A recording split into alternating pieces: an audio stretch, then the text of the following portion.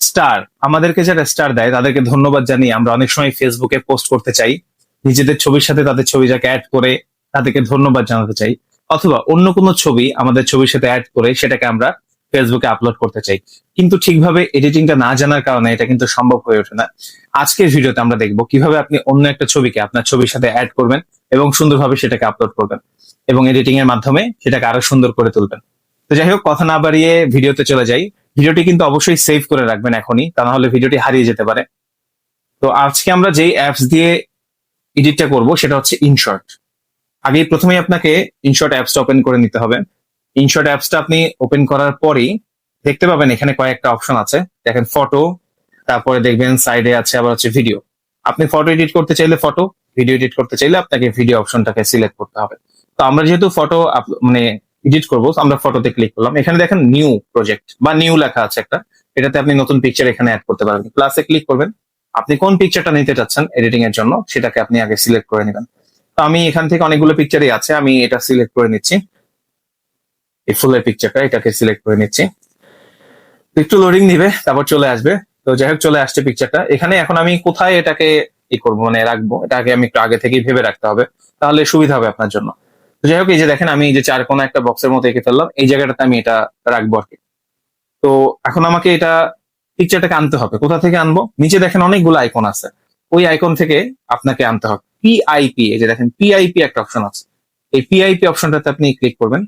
Click করার পরেই আবার আপনাকে নিয়ে যাবে ওই গ্যালারিতে, সেখানে আপনি কোন পিকচারটা নিতে চাচ্ছেন সেটাকে আপনি অ্যাড করবেন। আমি এই পিকচারটা নিব। এই আমাকে স্টার সেন্ড করেছেন যারা, তাদেরকে আমি ধন্যবাদ জানাবো। তো এই পিকচারটা নিয়ে নিলাম, এই জায়গাটা আমি সিলেক্ট করেছিলাম, এখানটা আমি বসাবো, এটা আমি এখানে বসিয়ে দিলাম।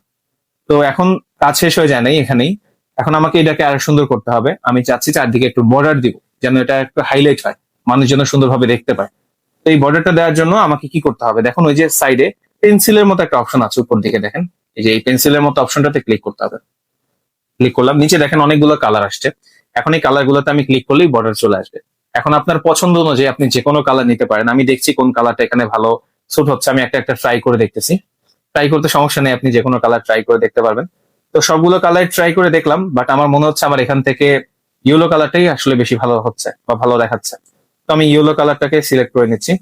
নিচে দেখুন একটা ওই যে নিচে একটা লম্বা রেখার মতো আছে, ওখানে দেখুন আপনি যদি এটাকে সামনের দিকে নিয়ে যান, ডান দিকে বাড়ান, তাহলে দেখবেন এটা বর্ডারটা আরো মোটা হচ্ছে। আর যদি বাম দিকে নিয়ে যান তাহলে দেখবেন একটু কমে যাচ্ছে, আবার চিকন হয়ে যাচ্ছে। তো আপনার পছন্দ অনুযায়ী বা আপনার প্রয়োজন অনুযায়ী আপনি বর্ডারটাকে রাখবেন, রেখে আপনি সিলেক্ট করে দিবেন। এখন আসি, আপনি যদি চান এটার সাথে কিছু টেক্সট লিখবেন, ধন্যবাদ জানাবেন তাদেরকে, তো সেটা আপনি লিখতে পারবেন। কিভাবে লিখবেন? নিচে দেখেন এই যে একটা অ্যারো চিহ্ন আছে, এটাতে ক্লিক করে নেবেন। ক্লিক করার পর এখান থেকে বের হয়ে আপনি একটু ডান দিকে স্ক্রল টান দিবেন, দেখবেন পরে একটা লেখা আছে টেক্সট। এই টেক্সট লেখাটার উপরে ক্লিক করবেন। টেক্সট লেখাটার উপরে ক্লিক করলেই আপনি এখন এখানে যা লিখতে চাচ্ছেন সেটা আপনি লিখতে পারবেন। আমি থ্যাংক ইউ লিখে দিচ্ছি, ঠিক আছে? থ্যাংক ইউ লিখে দিলাম। তো থ্যাংক ইউ লিখে দেওয়ার পরে আপনি সিলেক্ট করে, মানে এই চিহ্নটাতে ক্লিক করার পরে এখন আপনি এটা কোথায় বসাতে যাচ্ছেন সেই অনুযায়ী বসিয়ে দিবেন। আমি এখানে রেখে দিচ্ছি। আচ্ছা, তারপরে এখন হচ্ছে আপনার শেষ, কাজ শেষ এখানে। এইভাবেই এখন আপনি এটাকে মানে আপনার আপলোড করে ফেলতে পারবেন। তার আগে আপনাকে এক্সপোর্ট করতে হবে। তো এক্সপোর্ট করে আপনার গ্যালারিতে নিতে হবে। ওই যে দেখেন এক্সপোর্ট লেখাটা আছে কর্নারে উপরে, ওই এক্সপোর্ট লেখাটাতে ক্লিক করবেন। এক্সপোর্ট লেখাটাতে ক্লিক করলে অটোমেটিক এটা আপনার গ্যালারিতে চলে যাবে। ঠিক আছে, যে একটু লোডিং নিবে, বাট দেখবেন আপনার গ্যালারিতে চলে গেছে। সেভ হতে টাইম নিচ্ছে একটু। দেখেন চলে আসছে। তো যাই হোক, এখন আপনি যদি আপনার গ্যালারিতে গিয়ে পিকচারটা খুঁজেন অবশ্যই আপনি পেয়ে যাবেন। এভাবে করে আপনি সুন্দরভাবে আপনার পিকচার গুলোকে এডিট করবেন। ভিডিওটি যদি ভালো লেগে থাকে অবশ্যই লাইক, কমেন্ট, শেয়ার করতে ভুলবেন না। আর এই ধরনের আরো ভিডিও দেখতে চাইলে অবশ্যই আমাকে কমেন্ট বক্সে জানাবেন কোন ধরনের এডিটিং আপনাদের বেশি প্রয়োজন। এই ধরনের ভিডিও প্রতিদিনই একটা একটা করে আপলোড করা হবে। এই ধরনের ভিডিও যদি আপনি দেখতে চান অবশ্যই এই পেজটাকে ফলো করে রাখতে পারেন। দেখা হবে ইনশাল্লাহ আগামীকাল আবার নতুন কোনো ভিডিওতে। সে পর্যন্ত আল্লাহ হাফেজ।